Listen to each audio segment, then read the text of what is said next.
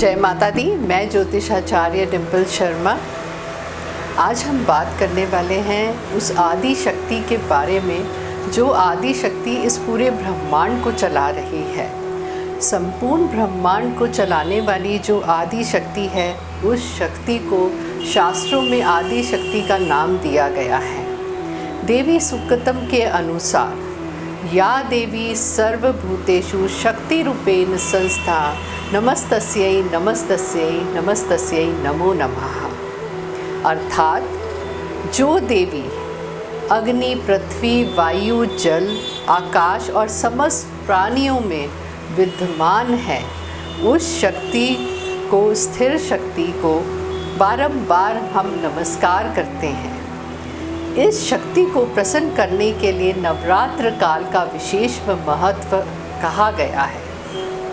शारदीय नवरात्र जो कि सबसे विशेष महत्वपूर्ण रहते हैं। शारदीय नवरात्र अश्विन काल की शुक्ल पक्ष की प्रतिपदा से शुरू होते हैं, जो कि 9वीं तिथि तक रहते हैं। उसके बाद 10वीं तिथि को दशहरा मनाया जाता है। नवरात्रों में माँ दुर्गा के 9 स्वरूपों की पूजा की जाती है, जो इस ब्रह्मांड को चला रही हैं और जो शक्ति हमें प्रदान की जाती है जब हम उनका पूजन करते हैं। नवरात्र, नव यानी नया, रात्र यानी सिद्धियाँ। तो यह 9 दिन माता जी को प्रसन्न करके आप अपनी समस्त परेशानियों से दूर हो सकते हैं और सिद्धियाँ प्राप्त कर सकते हैं। सनातन धर्म में नवरात्रि का विशेष महत्व है। इस बार नवरात्रि 15 अक्टूबर 2023 रविवार से शुरू होगी और जो 9वीं तिथि 23 अक्टूबर 2023 मंगलवार तक रहेगी। हर साल माँ दुर्गा जब देवलोक से पृथ्वी लोक पे गमन करने आती हैं तो किसी न किसी वाहन पे आती हैं। वैसे तो माता जी का जो वाहन है वह सिंह है, लेकिन जब नवरात्रों के टाइम वह आती हैं तो वह अलग अलग वाहन पे आती हैं। इस बार माता जी का जो वाहन रहेगा वह रहेगा हाथी। हाथी पे जब माता जी सवार होके आएंगी तो यह एक खुशहाली का प्रतीक है। खुशहाली आएगी, वर्षा अच्छी आएगी, धन संपदा बनेगी, यहाँ तक कि लोगों के भंडारे अन्न से भरे रहेंगे। और माता जी जब पृथ्वी से 2 लोग वापस जाएंगी तब वह मुर्गे पे सवार होके जाएंगी। वो इस बात का संकेत है कि थोड़ा सा दुख, बीमारी कष्टदायक हो सकती है। तो इस प्रकार से माता जी का आगमन होगा। अब हम जान लेते हैं कि पहले दिन कलश स्थापना की जाती है प्रथम नवरात्रि के दिन, तो उसका शुभ मुहूर्त क्या रहेगा। नवरात्रि के दिन जो कलश स्थापना की जाएगी उसका मुहूर्त रहेगा सुबह 6:30 से लेके 8:11 तक। दूसरा जो रहेगा अभिजीत मुहूर्त वो रहेगा 11:45 से लेके 1 बजे तक। इस समय आप घट स्थापना कर सकते हैं। तो चलिए अब हम जान लेते हैं कि 9 दिन हमें जिस स्वरूप की पूजा करनी है उससे हमारे कौन से ग्रह मजबूत होंगे, कौन सा कलर किस दिन माता जी को प्रिय है और कौन सा भोग हमें लगा के हम हमारी समस्त परेशानियां, जितने भी कष्ट है वह दूर हो सकते हैं। तो हम शुरुआत करते हैं। पहला नवरात्रा जो पहला रहेगा वह रहेगा माँ शैलपुत्री की। उस दिन पूजा की जाएगी। शारदीय नवरात्रि के पहले दिन माँ शैलपुत्री के पूजन के साथ कलश स्थापना की जाती है। माँ शैलपुत्री पर्वतराज हिमालय की पुत्री हैं। माता जी को आप अगर 16 श्रृंगार अर्पित करते हैं और साथ में आप अगर नीले रंग का उपयोग करते हैं, नीले रंग के वस्त्र पहन के उनका पूजन करते हैं और साथ ही साथ माता जी को सफ़ेद रंग की मिठाई का आप भोग लगाते हैं, तो माता जी उससे अति प्रसन्न होती हैं। ये समस्त चीज़ करने से आपका मूलाधार चक्र जागृत होता है। मूलाधार चक्र जागृत होने से आपके लाइफ में स्टेबिलिटी आएगी, आपके स्थिरता आपको प्रदान होगी। माता जी के पूजन से सुयोग वर की प्राप्ति होती है। साथ ही साथ अगर आपका चंद्र ग्रह खराब है तो वह मजबूत होने लगता है। अगर आपको सोच विचार ज़्यादा करते हैं, डिप्रेशन की समस्या है या हमेशा स्ट्रेस में रहते हैं, तो माँ शैलपुत्री का अगर आप पूजन करते हैं तो आपका चंद्र ग्रह मजबूत होगा। दूसरा नवरात्रा, इस दिन माँ ब्रह्मचारिणी का पूजन किया जाएगा। माँ ब्रह्मचारिणी का पूजन के लिए आपको क्या करना है, माता जी को कुमकुम अर्पित करना है, साथ ही साथ लाल फूल और लाल चुनरी आपको माता जी को अर्पित करनी है। साथ ही दुर्गा चालीसा का आप पाठ करें और चीनी और पंचामृत का भोग लगाएं। अगर आप ऐसा करते हैं तो माँ प्रसन्न होती हैं। इससे क्या होगा, इससे आपका स्वादिष्टान चक्र मजबूत होता है और जैसे ही स्वादिष्टान चक्र आपका एक्टिव होने लगता है, आपको धन संबंधी समस्या, जो कैश फ्लो की अगर दिक्कत हो रही है तो वह ख़त्म हो जाती है। आपका मंगल ग्रह मजबूत होता है। मंगल ग्रह अगर आपका मजबूत होगा तो कोई भी कोर्ट कचहरी संबंधी अगर आपको समस्या आ रही है या फिर शत्रु आपको परेशान कर रहे हैं, तो आपका मंगल ग्रह मजबूत होगा और ये जो परेशानियां आ रही हैं समस्त यह आप ख़त्म हो जाएगी। तो अगर कोर्ट कचहरी चल रही है, शत्रु परेशान कर रहे हैं, तो माँ ब्रह्मचारिणी का पूजन ज़रूर करिएगा। इससे आपका आत्मविश्वास भी बढ़ेगा और आपके कार्य सिद्ध होने लगेंगे। अब हम बात करते हैं तीसरा नवरात्रा। तीसरा नवरात्रा माँ चंद्रघंटा, हमें जो वस्त्र धारण करके पूजन करना है वह रहेगा हरे वस्त्र। हरे वस्त्र आप धारण करके पूजन करें। माता जी को लाल चंदन, गुड़हल के फूल आप अर्पित करें। साथ ही साथ आप खीर और रबड़ी का माता जी को भोग लगाएं। गुड़ और सेब का भी भोग लगा सकते हैं। इससे माता जी अति प्रसन्न होती हैं। माँ चंद्रघंटा के पूजन से आपका शुक्र ग्रह मजबूत होता है। शुक्र ग्रह मजबूत होता है तो आपको जितनी भी पति पत्नी के बीच में समस्याएं चल रही हैं वह ख़त्म होना शुरू हो जाती है और आपका मणिपुर चक्र स्ट्रॉन्ग होने लगता है, एक्टिव होने लगता है। मणिपुर चक्र आपका अगर एक्टिव होगा तो आपको नाम, वैभव, सुख, समृद्धि सब प्राप्त होती है। साथ ही साथ जिन लोगों की तरक्की में कोई शत्रु बाधा बन रहे हैं तो उन शत्रुओं का नाश होता है। तो अगर आप अपने जीवन में सफलता पाते हैं, सुख वैभव चाहते हैं और स्पेशली हस्बैंड वाइफ की अगर तकरार है उससे छुटकारा पाना चाहते हैं, तो आप माँ चंद्रघंटा का अगर पूजन करते हैं तो आपके समस्त प्रॉब्लम ख़त्म हो जाएगी। अब हम बात करते हैं चौथे नवरात्रे की। चौथे नवरात्रे पे माँ कुष्मांडा का पूजन किया जाता है। माँ कुष्मांडा को हमें मेहंदी अर्पित करनी है, रोली अर्पित करनी है, सौंफ अर्पित करें और साथ ही साथ कुमड़ा को अर्पित, कुमड़ा हम कद्दू को कहते हैं, वो माता जी को आप अर्पित करें। और माता जी का जो प्रिय भोग है वह मालपुआ है। और साथ ही साथ माँ को जो कलर पसंद है वो ग्रे कलर पसंद है। अगर आप ग्रे कलर पहन के पूजन माता जी का करते हैं और उनका मनपसंद भोग उनको अर्पित करते हैं तो इससे माँ प्रसन्न होएगी। और माँ का पूजन से अनाहत चक्र आपका एक्टिव होने लगता है। अनाहत चक्र जब आपका एक्टिव होगा तो आपके दुख विपदा दूर होते हैं, क्योंकि अनाहत चक्र जो है वो भावनाओं को रिप्रेजेंट करता है कि आपका बहुत जल्दी आपको किसी चीज़ का बुरा लग जाता है, या फिर ऐसे कह सकते हैं कि आपको बहुत जल्दी चीज़ों को लेके सोच विचार होने लगता है। आपके मन में एक जो अनजाना सा भय लगा रहता है किसी चीज़ को, तो वह ख़त्म होना शुरू हो जाता है। माता जी के पूजन से सुख समृद्धि आएगी। और साथ ही साथ माता जी जो है बुध ग्रह को रिप्रेजेंट करती हैं। बुध ग्रह अगर आपका अच्छा होगा तो आपकी वाणी प्रबल होगी। आपकी वाणी प्रबल होगी तो आप अपनी हर बात मनवा सकते हैं, क्योंकि आपको फिर बोलने का एक टैक्ट आ जाता है। तो अगर आप सुख संपत्ति चाहते हैं, अपनी वाणी प्रबल चाहते हैं, दुख विपदा से दूर रहना चाहते हैं, तो माँ कुष्मांडा को खुश रखें तो आपका कार्य सिद्ध होने लगेगा। चलिए अब हम आएंगे पांचवा नवरात्रा।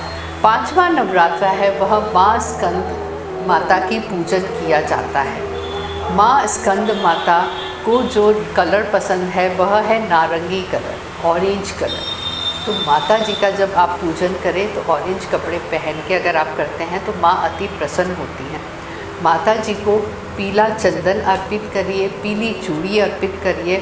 साथ ही साथ माता जी को जो आपको भोग लगाना है वह आपको केले का भोग लगाना है। केले का भोग लगाने से माँ अति प्रसन्न होती है। संतान सुख की प्राप्ति के लिए माँ स्कंद माता का पूजन किया जाता है। माता जी का आपने देखा होगा, स्कंद माता जी की गोद में कार्तिकेय जी हमेशा विराजमान रहते हैं। जिन लोगों को संतान होने में विलम्ब हो रहा है या फिर कोई परेशानी आ रही है, तो अगर वह स्कंद माता का अगर पूजन करते हैं तो उनको संतान सुख की प्राप्ति होगी और साथ ही साथ आपको आशीर्वाद प्राप्त होगा। अब हम बात करते हैं कि छठा नवरात्रा जो माँ कात्यायनी को समर्पित है। माँ कात्यायनी को जो हमें फूल चढ़ाने हैं वह बेर के फूल चढ़ेंगे और साथ ही साथ हल्दी की गांठ उनको चढ़ाई जाएगी। माता जी को शहद अति प्रिय है, तो माता जी को आपको भोग लगाना है, वह लगाएंगे आप शहद का। और माता जी के पूजन से आपका अगर विवाह में विलम्ब हो रहा है, जितने भी कहते हैं ना, कई बार कुछ ना कुछ अड़चने आ जाती, कईयों के विवाह तय होने के बाद भी छूट जाते हैं।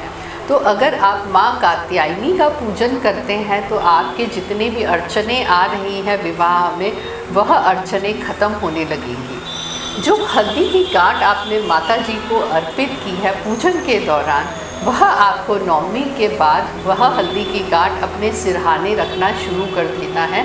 तो उससे भी आपकी शादी के जो योग हैं, विवाह में जो विलम्ब हो रहा है, वह खुलने लग जाएंगे। माता जी समर्पित है आज्ञा चक्र। आज्ञा चक्र आपका एक्टिव होगा तो आपका कंसंट्रेशन पावर बढ़ेगा, स्ट्रेस फ्री आप रहेंगे, आत्मविश्वास बढ़ेगा और साथ ही साथ आपकी कहते हैं ना थर्ड आई हमारी जागृत होना शुरू, हमारा इंट्यूशन पावर हमारा बढ़ने लगता है। तो आप अगर ये सब चीज़ें चाहते हैं तो माँ कात्यायनी का पूजन करें। अब हम बात करते हैं 7वें नवरात्रि की। 7वां नवरात्रा माँ कालरात्रि को समर्पित है। माँ कालरात्रि को लाल रंग अति विशेष प्रिय है। साथ ही साथ जो माता जी को भोग लगाया जाएगा वह गुड़ का भोग लगाया जाएगा और माता को रात रानी के फूल आप अर्पित करें। माता रानी को जब आप रात रानी के फूल अर्पित करते हैं और गुड़ का भोग लगाते हैं तो माता जी अति प्रसन्न होती हैं। क्योंकि हम भी अगर एक नॉर्मली देखें, अगर हमें हमारी मनपसंद चीज़ कोई मिलती है तो हम कितने खुश हो जाते हैं, ठीक उसी प्रकार जब आप माता रानी के पूजन में उनके पसंदीदा भोग लगाएंगे और पसंदीदा आप उनको फूल अर्पित करेंगे तो माता जी अति प्रसन्न हो जाएंगी। माता कालरात्रि के पूजन से अगर आपको कोई पुरानी बीमारी है जो ठीक नहीं हो रही है, अगर हमेशा आकस्मिक घटनाएं आपके जीवन में लगी रहती हैं, एक्सीडेंट का हमेशा आपको डर लगा रहता है, नकारात्मकता आप पे हमेशा हावी रहती है, तो माँ कालरात्रि के पूजन से आप इन सब चीज़ों से छुटकारा पा सकते हैं। माता जी शनि ग्रह को रिप्रेजेंट करती है। अगर हमारा शनि प्रबल रहता है तो हमें जीवन में अध्यात्म की ओर लेके जाता है। तो अगर आपके जीवन में शनि ग्रह खराब चल रहा है तो आप माँ कालरात्रि का पूजन करेंगे तो शनि ग्रह आपका प्रबल होने लगेगा। साथ ही साथ आपका भानु चक्र, आपके आज्ञा चक्र के ऊपर जो रहता है भानु चक्र रहता है, वह एक्टिव होना शुरू हो जाता है। जब वह आपका एक्टिव होगा तो आप अहंकार से कोसों दूर निकल जाते हैं और आपकी सोच बिल्कुल अलग हो जाती है। तो आप अगर ये सब चीज़ें चाहते हैं तो माँ कालरात्रि का पूजन करिए। अब हम बात करते हैं अष्टमी तिथि का। अष्टमी तिथि को माँ गौरी की पूजन किया जाता है। माँ गौरी का पूजन जो है उनको अक्षत चंदन आप अगर अर्पित करते हैं और मोगरे के फूल अर्पित करते हैं और साथ ही साथ आपको नारियल का अगर भोग लगाते हैं तो माँ अति प्रसन्न होती हैं। इस दिन 2 साल से लेकर 10 साल की कन्याओं को अगर आप पूजन कराते हैं तो भी माता अति प्रसन्न होती हैं और आपको आशीर्वाद प्रदान करती हैं। माँ को आसमानी कलर बहुत पसंद होता है। माँ जो ग्रह को रिप्रेजेंट करती है वह राहु अगर आपका अच्छा रहेगा तो आप लाइफ में कभी कंफ्यूज्ड नहीं रहेंगे। आपको चीज़ें बिल्कुल क्लैरिटी की ओर लेके जाएगा, आध्यात्म की ओर लेके जाएगा, यहाँ तक कि आपके घर में धन्य ध्यान की कभी कमी नहीं रहेगी। राहु एक ऐसा ग्रह है, अगर आपका वह एक्टिव रहता है तो आपको चीज़ें, कई बार आप कंफ्यूज हो जाते हैं, कुछ चीज़ें दिखती कुछ और है और निकलती कुछ और है, लेकिन राहु ग्रह एक्टिव होने से आप इन समस्याओं से दूर हो जाते हैं। साथ ही साथ आपका जो सहस्त्रनाम चक्र रहता है वह एक्टिव होता है। सहस्त्रनाम चक्र जब एक्टिव होता है तो आप आध्यात्म की ओर आपका रुझान बढ़ता चला जाता है और आप अपने गुरुओं के संपर्क में रहते हैं और आपको हमेशा दिक्कतें जो रहेंगी वो हमेशा आपसे विपदा दूर रहेंगी। तो अगर आप ये सब चीज़ें चाहते हैं तो माँ महागौरी का पूजन ज़रूर करिएगा। अब हम बात करेंगे नौवा नवरात्रा। नौवा नवरात्रा जो माँ सिद्धिदात्री देवी को समर्पित है। माँ सिद्धिदात्री, नाम से ही आप देखिए सिद्धियाँ जिससे प्राप्त होंगी वह माँ सिद्धिदात्री देवी हैं।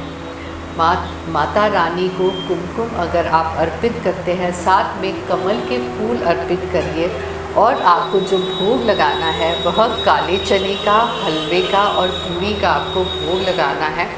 साथ ही साथ आपको 2 साल से लेकर 10 साल की कन्याओं का आपको पूजन करना है, तो उससे माँ अति प्रसन्न होगी।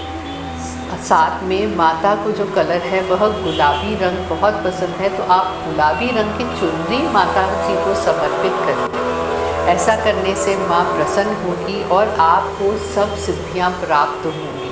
सब सिद्धियाँ प्राप्त होंगी मतलब आपके मन में जो भी इच्छाएं हैं, जो भी चीज़ें आपकी छूट रही हैं और आप उस चीज़ को लेके दुखी हैं, तो वह चीज़ आपको प्राप्त होगी। और सबसे बड़ी बात, माँ सिद्धिदात्री देवी का पूजन से मोक्ष की प्राप्ति होती है।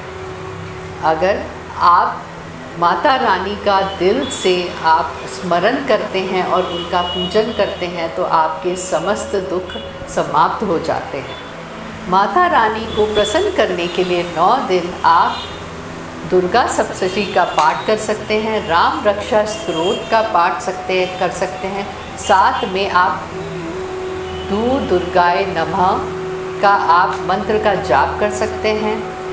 ऐं लीं क्लीं चामुंडाय विच्छय का आप जाप कर सकते हैं। ये छोटे छोटे मंत्र है, आप अपनी इच्छा शक्ति के अनुसार जाप करेंगे तो माता रानी अति प्रसन्न होंगी। यह जानकारी आपको अच्छी लगी तो आप लाइक और शेयर ज़रूर करिएगा। चैनल को सब्सक्राइब करना तो बिल्कुल ना भूलिएगा।